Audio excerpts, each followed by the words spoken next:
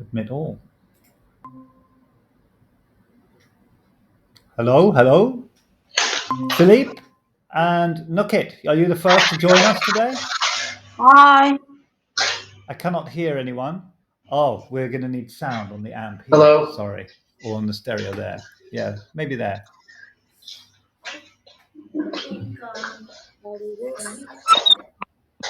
Yeah. Can't hear you guys. So just do a sound check with me. Can you hear me? Yes. Yes. But I can't hear you. So just say something and then we can see what's going on. Hi, I'm Maybe my Philip. audio. Can you try my audio? Oh, I can do it. I keep forgetting. Okay. Let go, please. There you go. That's working. You let Journey in? I see. Journey, good to see you, sir. If you're there. Hey, can you hear me? And Gabrielle is here. Mark Ziega. Hi, Journey. Hi. Just having some sound issues, so Hello. we'll get this sorted. Who else is it? Gary's here. Excellent. I can't hear you guys, so I'm not sure yet if it's our microphone. I'll set up. Right.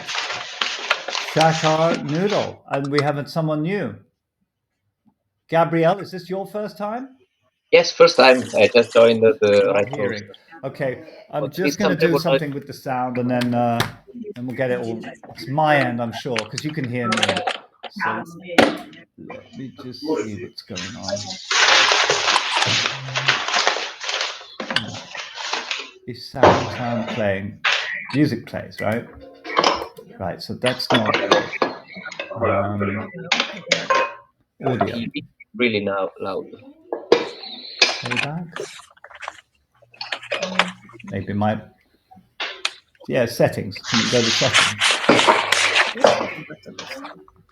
Audio. Felipe, I think you're super loud. Speaker. That's why. Blue Nessie. Let me do it.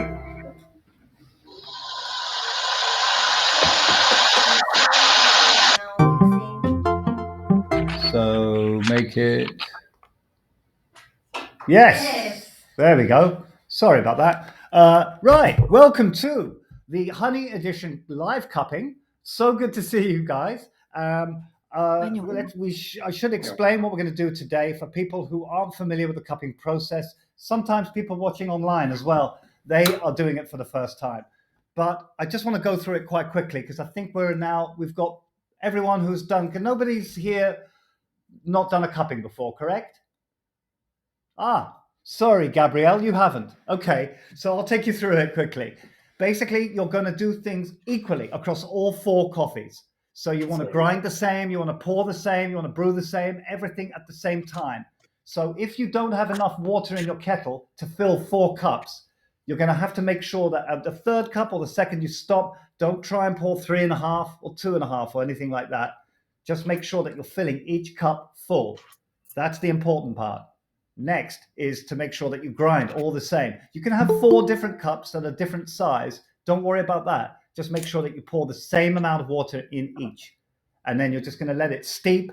You're just going to leave it for about a few minutes. How many minutes is it again, Aiko?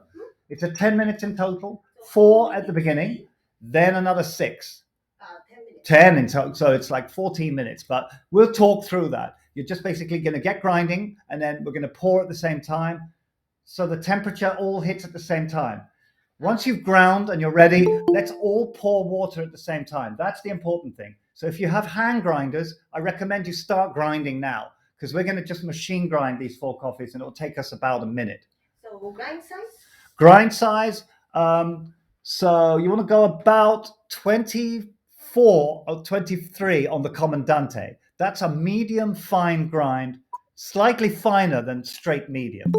So you're looking for a good extraction of flavor. Some people like to grind quite fine, but that's really just to reveal defects in bad coffees. We don't want to do that here because we have great coffees.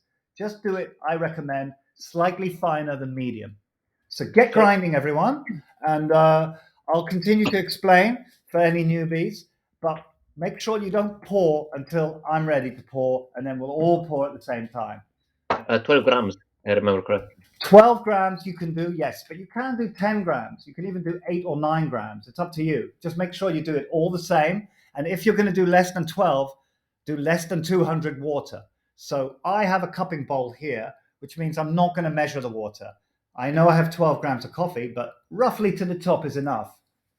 That ratio is what you want to stick to. Today we are doing 12 to 200. Yeah, we're going to do 12 to 200 today, but like I urge people not to stick to that if they don't want to, because, well, you've only got 50 grams of each coffee. So if you have just 10 left or 8 or 9 grams left of each, it's okay to do it that way. Okay. Right, let's get grinding. Aiko, you're going to grind these for us. Yep.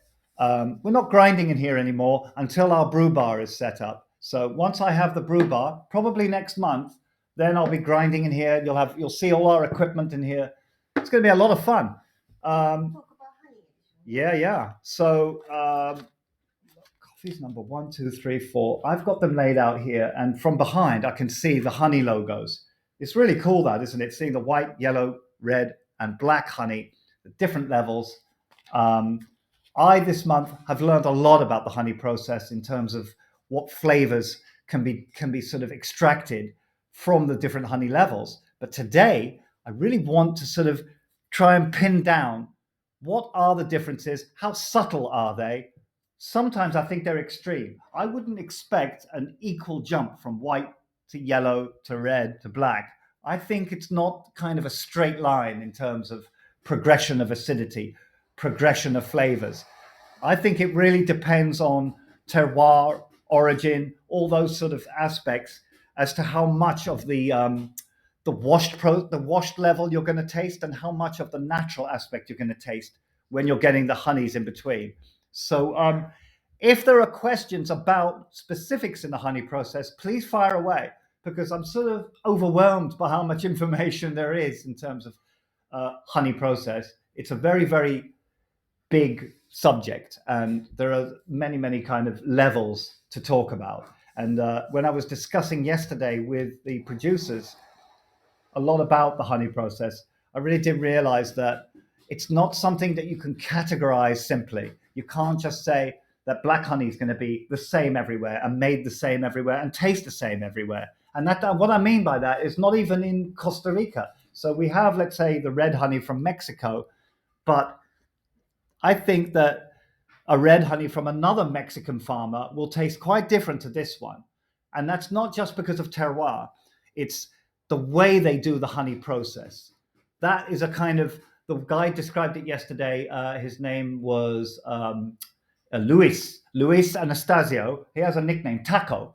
And Taco was saying that they put their own signature on the honey process. So that sort of way that they do the honey is unique to each producer. And I want to find out, though, if there is a sort of collective imprint that the honey process creates rather than the individual. So the individual is just coffee to coffee. Every single coffee you drink is going to have its own individual nature. But today I really want to learn, okay, when I taste a yellow honey, I should expect that level of acidity or that level of body, etc. So go through the 4 coffees quite fast. I know I tend to slow down and talk too much. And Aiko has a new hand signal for me. So off camera, when she's doing that, it means speed up, don't slow down, because we want to go through mouthfeel quite fast. We want to go through acidity quite fast, and body and finish. Aroma, you can take your time on, because we're doing that during the smelling process. But I think once we get going with the tasting, for the first few minutes, please don't let me slow down.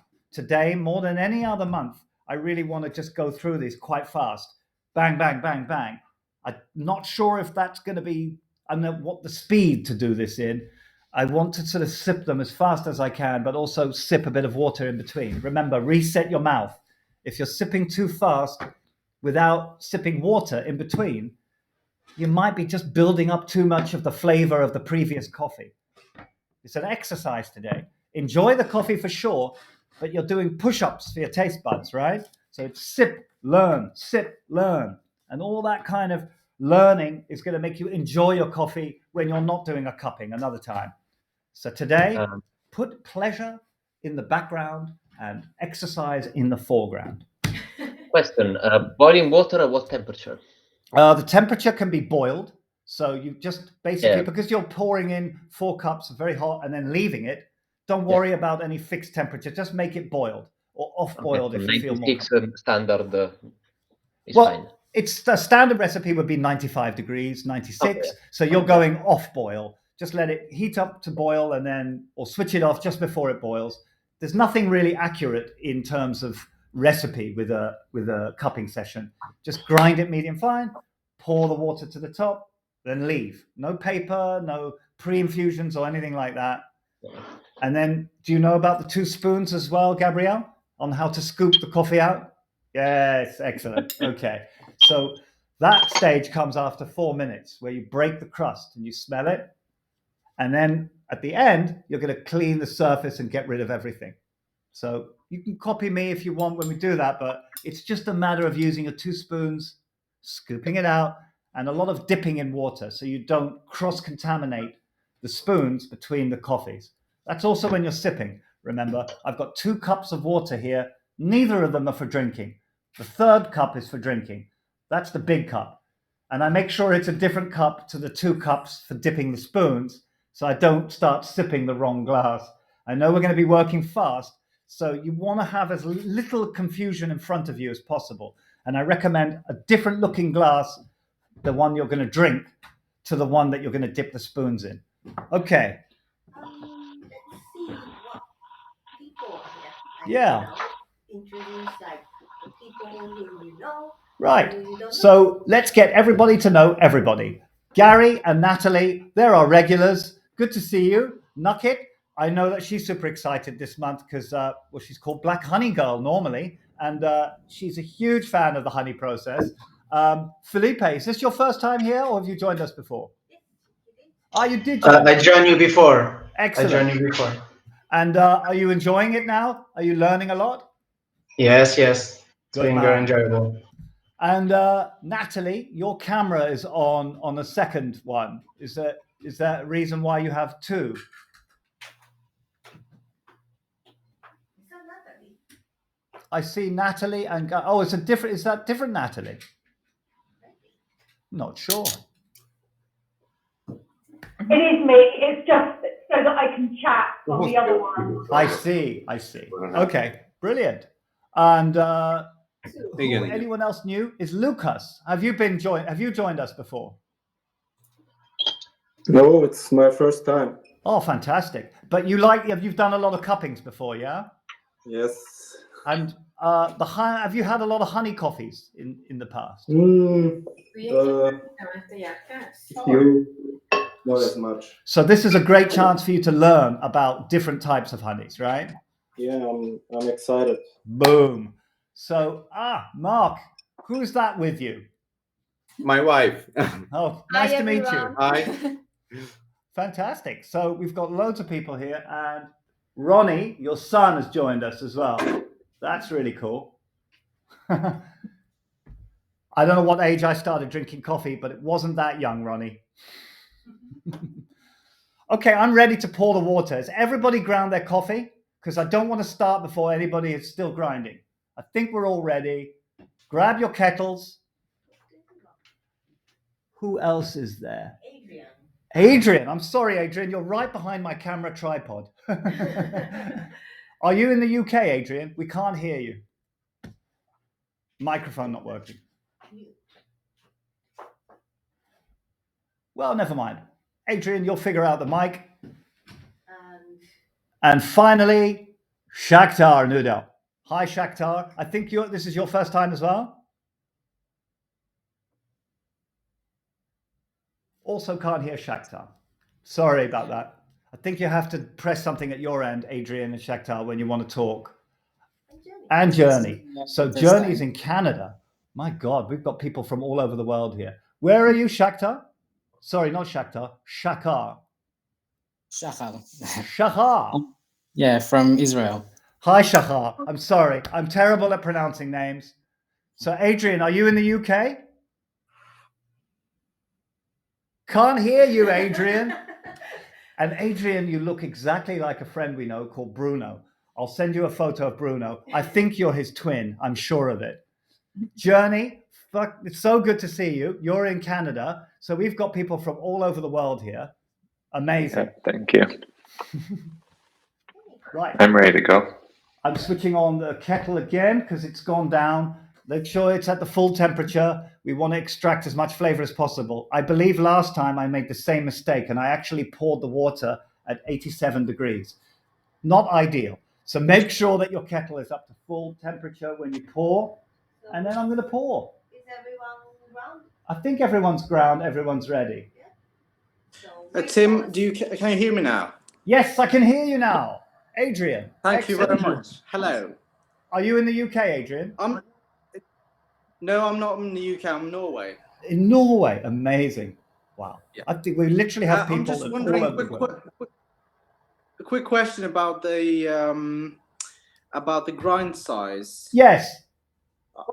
I've got a Wilf, like a basic Wilf grinder, and I'm just wondering about what kind of setting I should use it on for this. I don't know the number. So if anybody else has a Wilfer grinder and can give the number, I talk in microns sometimes, which is a brewer is very useful for. But if anybody has not a Wilfer, that fancy yet. Do you know what a medium grind on your Wilfer is? Yes. Well, a medium for me would be like filter, I guess. But I don't know. So go finer than a filter, slightly. All right. I don't know how many. So how many I've numbers? got like between filter and AeroPress. Like. Yes, between filter and AeroPress.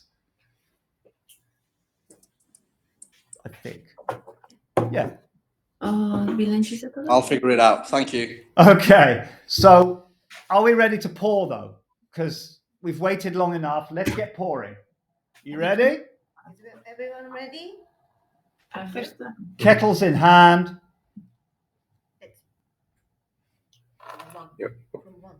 From one, sorry. Okay, 3, 2, 1, pour. Go. Some people actually use a regular kettle for cuppings because it pours quicker. And that is something you can do if you have more than one kettle. Right.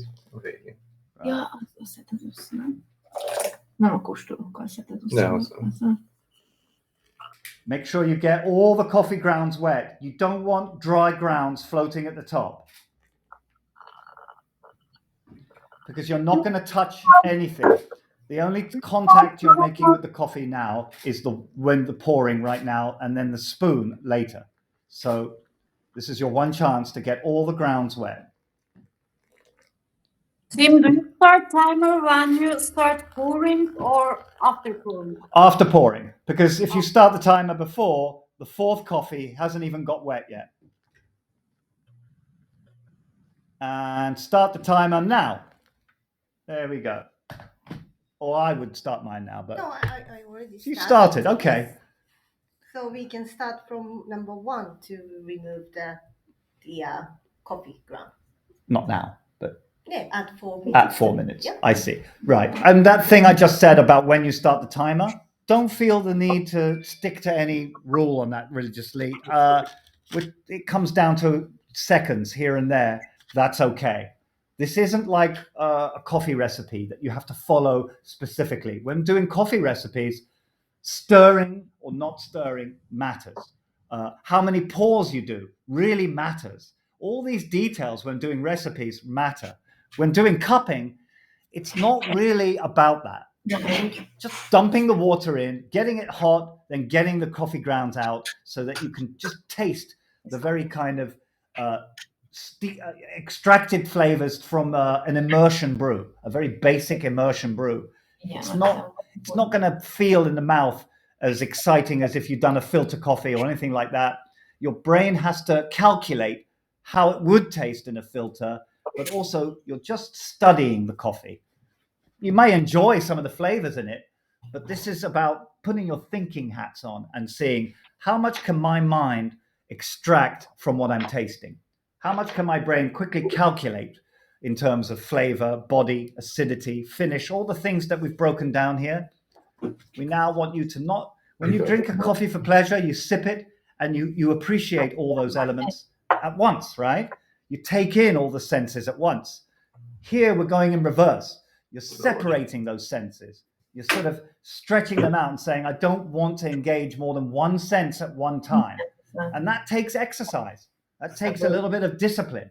So like Black Honey Girl's doing, let's smell it, yeah? Okay, let's go through the aroma without breaking the crust. So lean over as close to the surface.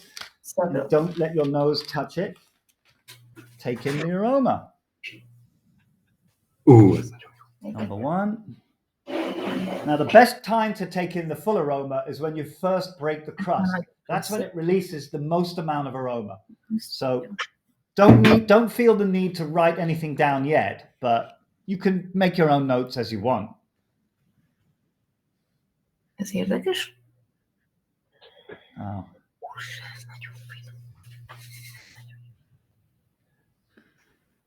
Very subtle differences. But unusually, the white honey has the sort of deepest smell so far. Melyik a white honey? Ez. Unexpected there. I thought the black honey was going to be a lot more natural, kind of crazy, but it isn't. It's a very, very delicate coffee.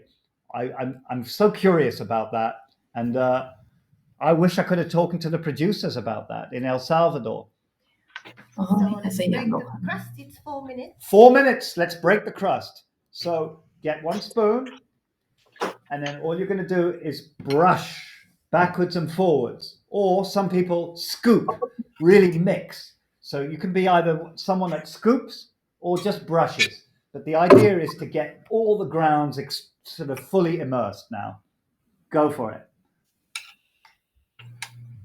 And do take notes on the aroma now.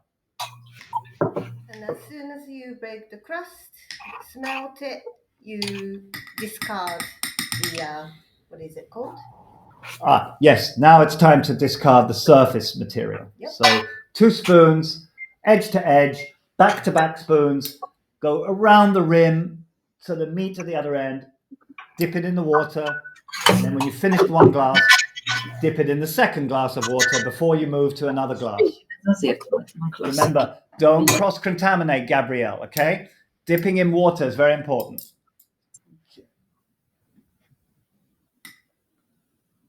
Sweet, number one, so sweet.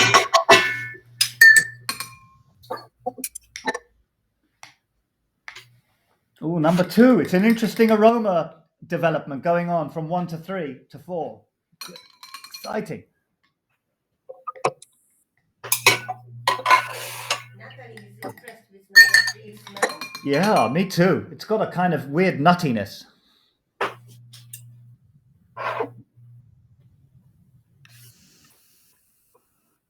Number 4, funky funk. Okay, now I'm cleaning it. All right. Scoop, dip in the second glass, and scoop, scrape, go, scoop, dip.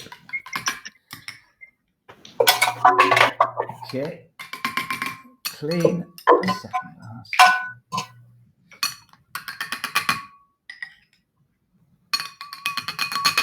Okay, I don't know which glass now. Okay,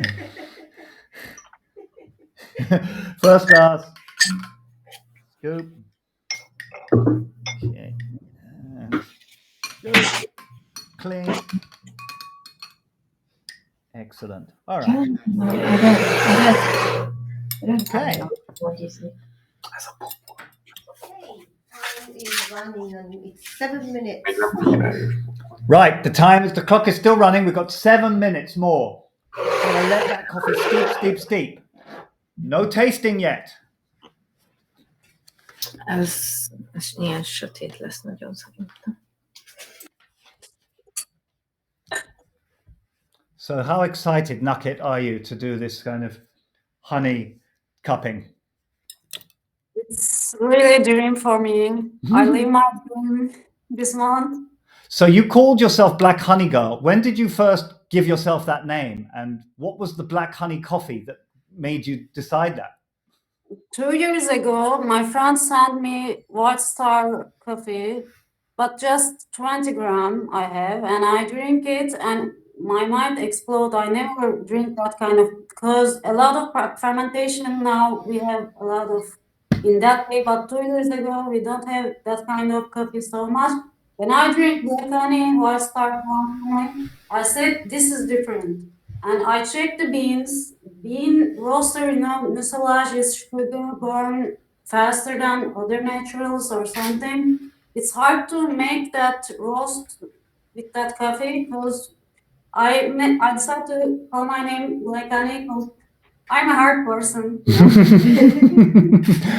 Yeah, I think you asked that question on the live stream as well. Something about black honey being a really hard bean to roast. So is this something you know for a fact, or I mean, roasters are saying this? Yeah, roasters say that because hard mucilage is burned faster than other things. Because you have to be careful when you roast honey process or ferment it or anaerobic. It's harder than the washed or standard natural coffee roast. Wow. Be careful with that. Well, the number 4 is an anaerobic black honey, so that must made it really hard to roast. Yeah. Journey, can you give us a close-up of your cups? They look really good. Oh, wow. Oh, amber. What brand is that?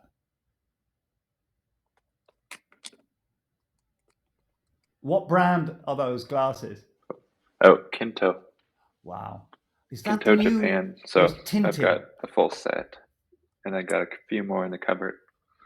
Are they cupping bowls or are they just Kinto drinking glasses? Just drinking glasses. They're really cool. I think I saw them. They're that tinted range. They're really nice 70s tint. They've got a nice set. So cool. Once again, Journey showing that he's got the best of all the accessories. What was that carafe that you had sitting in the window? Was that Kinto as well? That was a different brand called Yield. I think they're American, but similar color too. Yeah, beautiful one, that. And is that for coffee and wine or just coffee? It's a coffee pour over. I've never used it to make the coffee, but it looks nice on the shelf. Yeah, it looks so cool. I think it'd be great for wine or something as well. Yeah, a nice decanter. Are we right? Honeys. So What can you tell us? 4 honey coffees this month, and next week, what are the events again? Monday, Friday. Remind me. Monday is Red Bank. Red Bank. Red Bank isn't a brew guide thing. Unfortunately, he's on his travels, so he will just be talking about the red honey coffee. And also, I have got a video actually from Felipe is his name. Is that Enrique? Enrique Lopez sent us a video. I'd love to share it here. Don't know if I can play it on. No, I don't No. think we can. Maybe I can play it straight from the camera. This is a very, very cool video that his son made from the farm. I don't think they can see it. I'm going to bring it up to the camera. Give it a go. Enrique Lopez. Here we are. So his son sent us this video.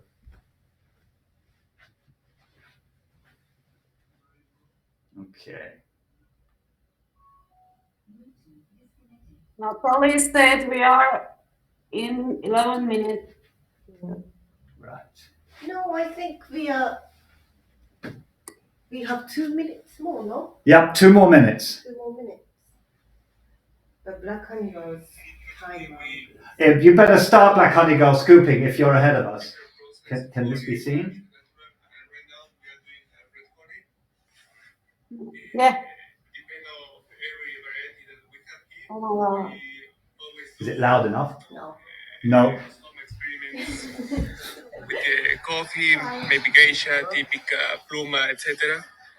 And now we have a fresh red honey, and this process is just rest one night in cherry. all the coffee is in carbonic maceration. Carbonic maceration. One night in cherry, then we depop at the morning and bring that coffee with fresh mucilage to the patio to start the dry With fresh mucilage.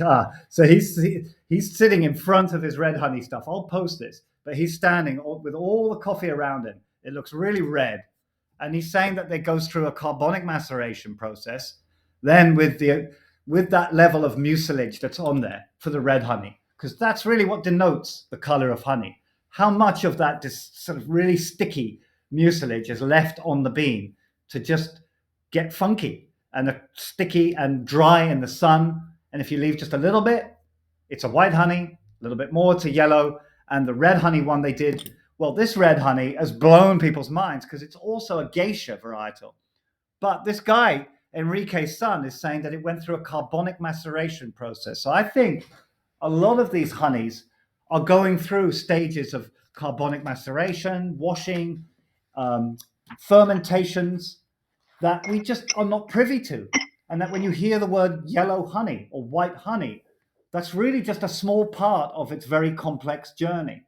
And that perhaps if you see two coffees that say white honey, they may have actually been very different stuff happening outside the honey part. So the part where they leave the mucilage on there, that's the white honey. But what happens before and after could be radically different on two different productions. Okay, it's time to drink. Here we go. Get your spoons ready. Now, if you've already had a lot of coffee today, I recommend you get a cup, sip really loud if you want, get the air in the taste, and then spit it in the cup so you don't get too hyper and caffeinated. I like to drink the coffee because I haven't had too much coffee today. Okay, here we go. So go through aroma, mouthfeel, acidity, body. Right, so we've done aroma already. Let's just jump straight in and do mouthfeel. Now, go on instinct, just whatever it feels like in the mouth. Is it clean? Is it clear? Or is it cloudy? Is it sort of something that's hard to separate the flavors? Here we go. Just mouthfeel.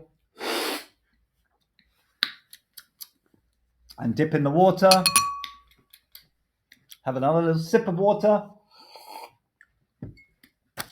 Write it down. Make any notes you want that help you remember.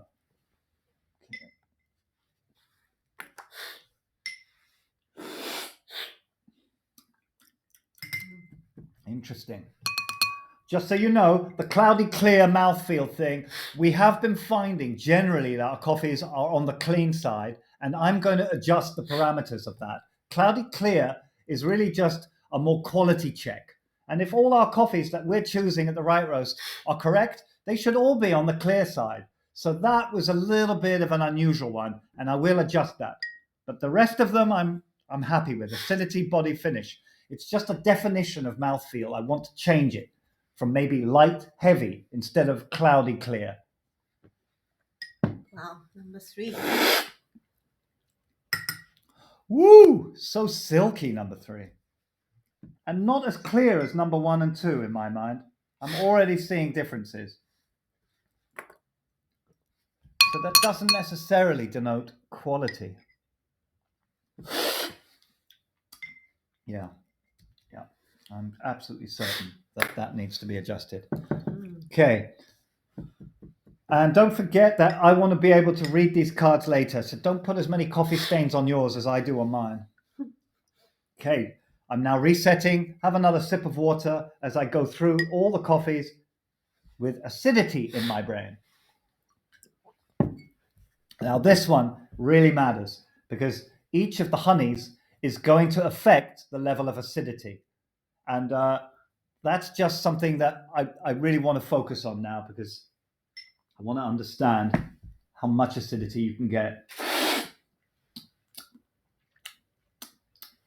Number 1, De Matteo's white honey. It does have some acidity, but think it's really close to a washed coffee. So I love that it's the white honey with the right coffee just brings that extra bit of sweetness that a washed might not have. Very excited by De Matteo's one. Yeah, me too. I think that clean, cloudy thing, like I said, I'm changing the parameters on that when I get a new tasting card because I'm just choosing all our coffees that are clean, not cloudy.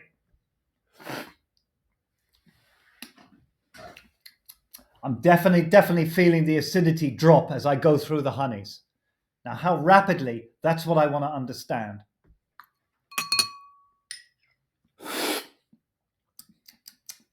Wow. Wow. I think yellow to red, very sort of similar. It's the white to yellow. That's a bigger jump. Everyone else feeling that as well?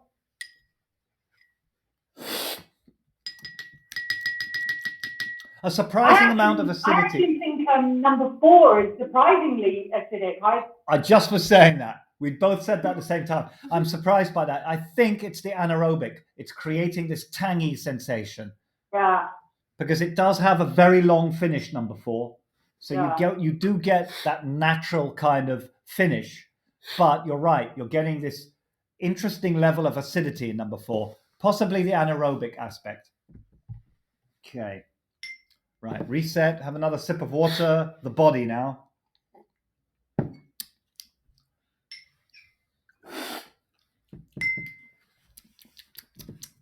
Quite a big body on DeMatteo's, number 1, I think.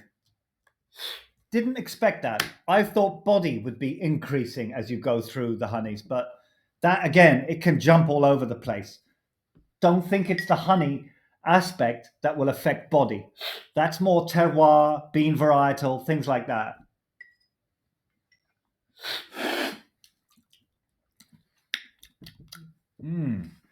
Sweet, sweet. Farmhands is just getting sweeter and sweeter.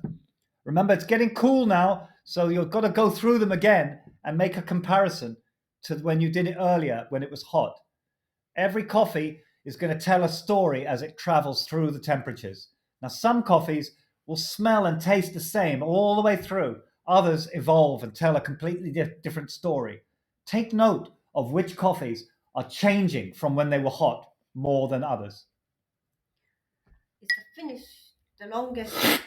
Like, it's getting longer? Pardon me, my slurping.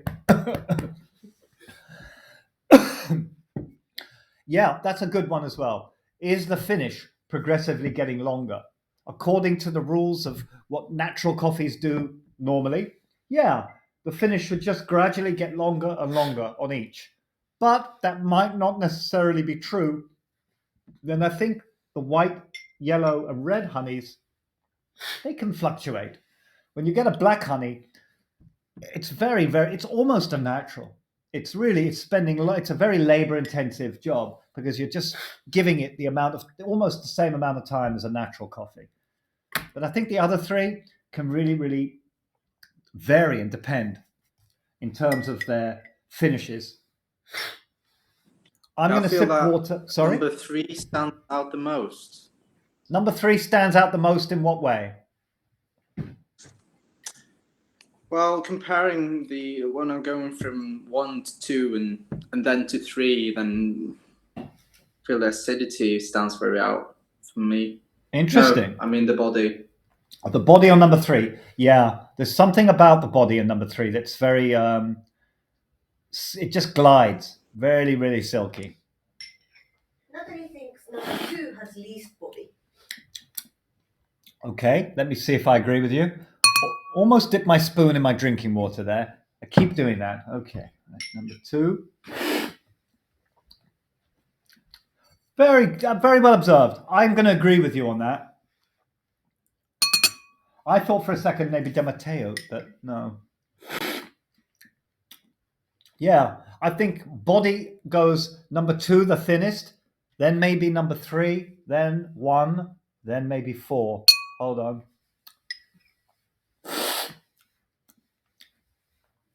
Quite similar though, quite similar. It's definitely 4 that has the thickest body. It's an almost creamy mouthfeel as well now. Are you noticing that the mouthfeel is changing a little bit as the temperature changes? Very interesting. So now I would say very creamy sensation from number 4. And that's something that I think I will adjust it to in terms of mouthfeel. cloudy, I'm going to change from, not mouthfeel. Yeah, mouthfeel. I want to get across the creamy aspects of coffees. So one of them will be adjusted to include that. And the finish, finally. Here we go.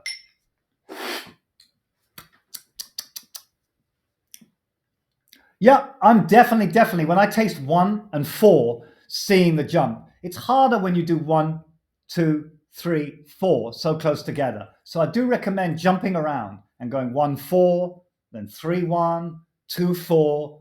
Do all these kind of quick comparisons. And keep sipping water. Oh, Neutralize your taste definitely. buds. When you're skipping from 1 to 4, like the body and everything, like it's, yeah. It becomes much more apparent, right?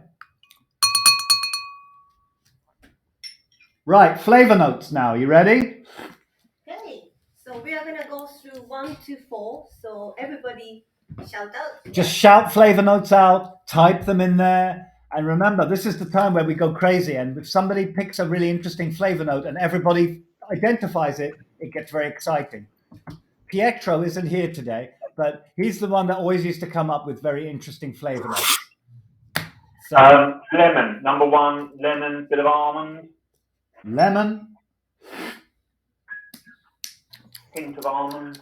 I'm not getting lemon because lemon to me has a particular type of flavor. And I associate that with certain acidity as well.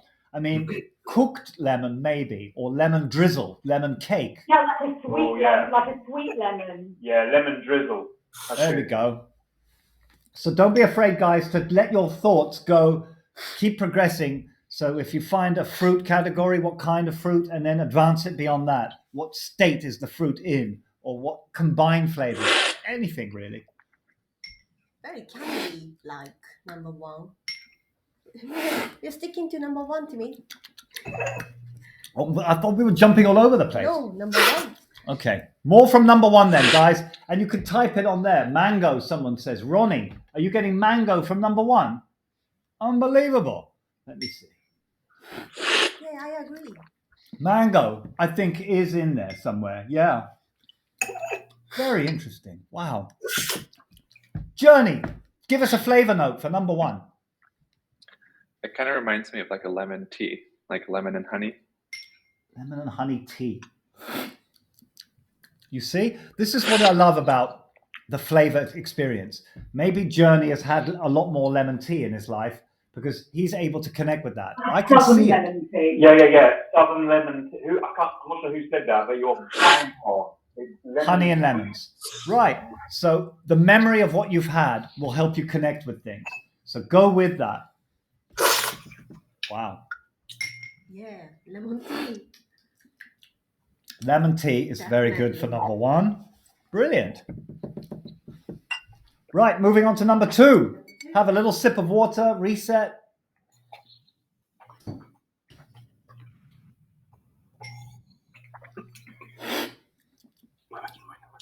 It's really tasting so different now.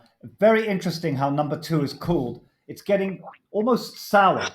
And that's very, very interesting.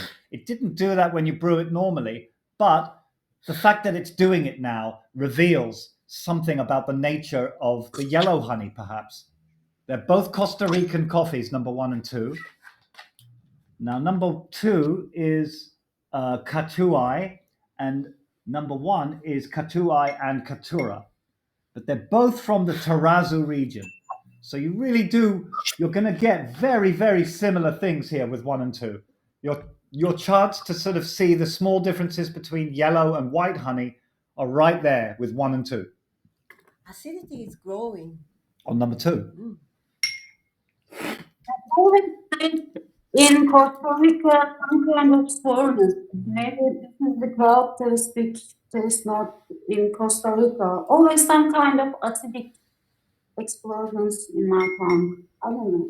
I know it's like a papaya explosion I'm getting. Yeah. Really, really interesting.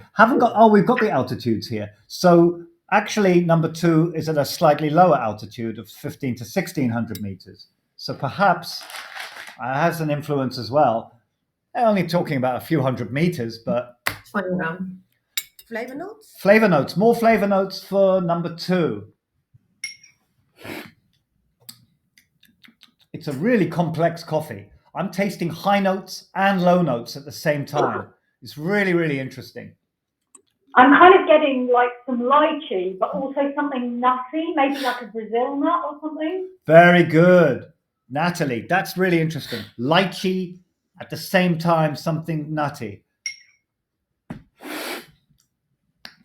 Hibiscus?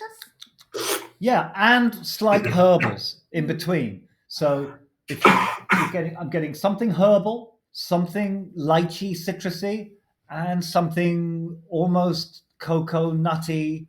Yeah, look, the flavor wheel. Very useful, this. I love using the flavor wheel.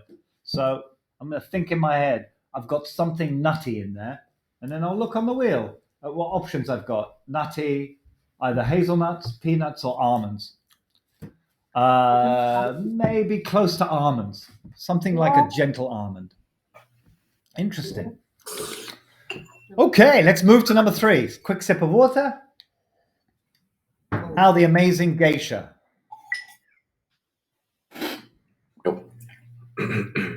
Amazing coffee. Amazing, right? I find it hard sometimes to pick up flavor notes when I just get a wave of pleasure from a coffee. I'm just sitting there and I'm kind of mind dribbling. And I'm supposed to concentrate on what flavor notes. But number 3 is just such a joy. Somebody help me out. What flavor notes are you getting on number 3? Almost marzipan, maybe. That's me. Something like marzipan? Also peach tea, very tea-like as well. Florals. Floral? Yes, very, very floral, like the geishas. Like what? Like the typical geisha. I see, yes. Floral. Very good point. Geishas do bring a lot of florals to the table, and that's really coming through. So the honey, wonder what the honey does. If we know what that florals is from geisha, and that Mexico perhaps brings a certain thing like the marzipan sweetness. What is the red honey? I was going to say honeysuckle, like the plant honeysuckle. Yeah, honeysuckle. Love that. Like I used to do that as a kid. I used to suck the honey from the flowers, and that reminds me of that. It's true. Also, something like sponge cake soaked this honey, like flavor. Shahar, are you drinking number 3?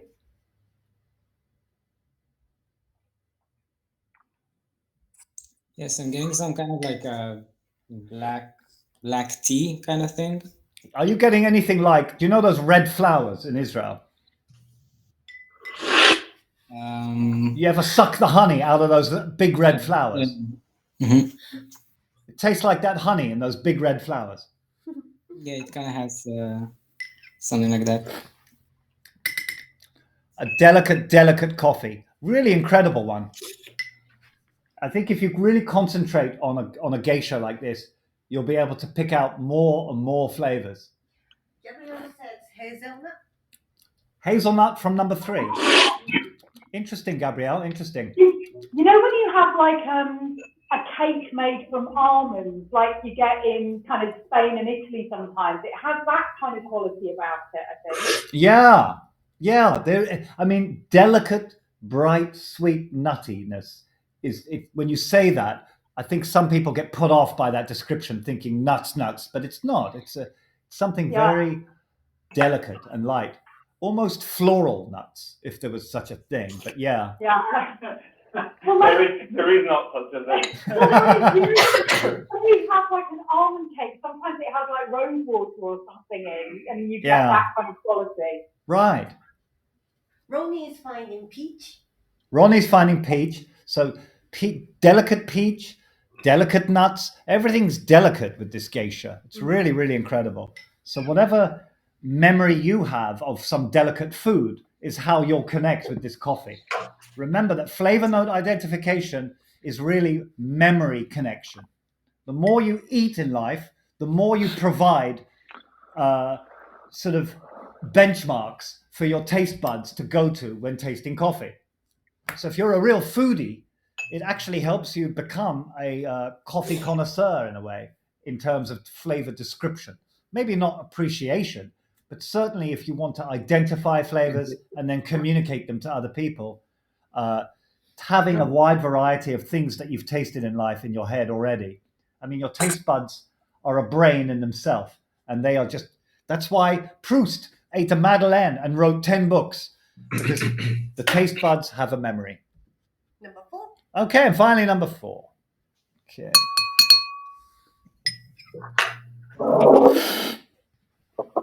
Now, I don't know about you guys. I love Nomad, but I have struggled to get a good brew out of this coffee that really shows me the exciting depth of it. But then when we brewed it with the roaster's recipe and a very fine grind, that seemed to really work and make it sing. So if you have any beans left over after the session today for Nomad, I recommend following the roaster's particular recipe on this. It seemed to work really well. I don't know what has your experience been with Nomad this month? What's the flavor notes? Anyone? Anyone got the flavor notes? Chocolate was the first thing that jumped out at me. I'm thinking like milk chocolate Brazil. Now that's the very obvious flavor note. I want to hear what else people can taste other than the chocolatey notes. Red wine. Definitely. Red wine. Interesting. Yeah, very heavy one. Now, I totally believe that if this coffee was processed differently, you wouldn't get that red wine taste. So that aspect of the coffee is very much process driven, you know? It's even colder. I remember my grandma's jam kind of thing, but red fruit, but I can't describe what kind of type red fruit. Red fruit, yeah. Like I was gonna say the same. Yeah, it's kind of winey, but not specific wine, like a jam or something. Yeah, wine has a certain thing, but this is more. Is it like a cranberry? It kind of makes me think of a cranberry. You like, you know, not cranberry sauce, but like a proper cranberry. Sort of. Again, if that's what you're getting, it's for me. It's something like what Nugget say, a red berry that you can't describe, almost a boozy berry, almost rum, almost. There's actually a few things that it's almost, but not quite. Strange coffee, this one. A little brown sugar or some kind of brown sugar. Yeah, I like that. Brown sugar. Yeah, not caramel. No, and not even like normal brown sugar. That kind you get in a cafe, that really, really healthy brown sugar. That muscovado. That's it. Muscovado sugar. We got there. We got there. Team effort. Well done. Philippe, what are you tasting? Well, I'm into the red cranberry, and the rum. It's hard for me to define it. Right. See, this is probably why I don't like to talk about flavor notes on the bags of coffee and stuff, because once someone identifies something, or when the roaster puts the flavor notes there, they've pretty much told me the story, and it's hard for me to deviate from that. But I want to explore a coffee. The best cup of coffee I have in the day is the one that I don't know what I'm drinking. Aiko brews me a coffee in the morning, and I don't know what it is. And then I'm drinking it, and my mind is exploring what it tastes like without knowing. And I recommend that you get your partner to brew you a mystery coffee at least once a day, or at least once a week, that you guys just let your mind float and not know what you're drinking, don't know the process, don't know the flavor notes. That's the important one. Okay, should we go through the roasters? Right. That's right. Now we go through what the roaster has identified on these coffees. Are you ready? Here we go. Number So, 1. whole bag subscribers, obviously you know this. Nugget, keep it to yourself. Here we go.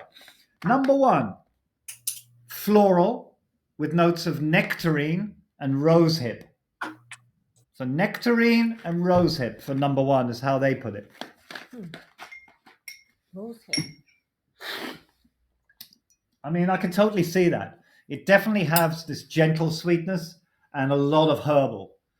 But this is why I don't want to put the flavor notes myself, because it's really hard to break out of anything other than rosehip and nectarine, once you're told that. So I'm glad that I never knew that about this coffee. But a great description. Number 2. Number 2, here we go, Farmhand. So their description is passion fruit, red apple, pink guava, apricot, butterscotch. Wow. Give number 2 another sip. Oh, and guys, just so you know, Farmhand normally make this coffee espresso only. So they did a special thing for us and they exclusively gave us a filter roast of this coffee. So, I mean, I'd just love to hear your feedback on the roast level. Were you happy with it? Butterscotch is kind of mouthfeel, I think. Butterscotch mouthfeel, very true. Yeah, that's another thing, is that the roasters don't break down the description into mouthfeel, acidity, and all that sort of thing. So often what they're describing is, when they put red apple, that might be the type of acidity, apple acidity. And then butterscotch might be just a kind of mouthfeel, and then some flavor notes might be just in the finish. But they don't write that. So it's sort of misleading, you know. I'm expecting to taste butterscotch, but I don't. All they meant was it's sort of a butterscotch mouthfeel. And it's a good point Ika makes. I think, Tim, the flavour of number 2 does last quite well, doesn't it? As it's cooling, it's not, to me anyway, it's not losing anything. It's holding up. That's very true. Keeping its structure, staying complex. Wow. And the fact that number 1 went in a different way, and they're such similar coffees, maybe that's what a bit more mucilage does. Who knows? Okay, number 3, the Mexico. And the flavor notes are watermelon, white tea, vanilla. Watermelon and vanilla. Vanilla, yes. And watermelon, kind of. I mean, I think there's so much more going on. I think with a geisha, you really don't do it justice by putting just 3 flavor notes down. A geisha should have at least 10 flavor notes described on it. But it's only the beginning of the story when they put their own flavor notes. The rest of the journey is what you experience. Okay. And finally, number 4, milk chocolate. We all knew that. Dates. Wow. Blueberry jam.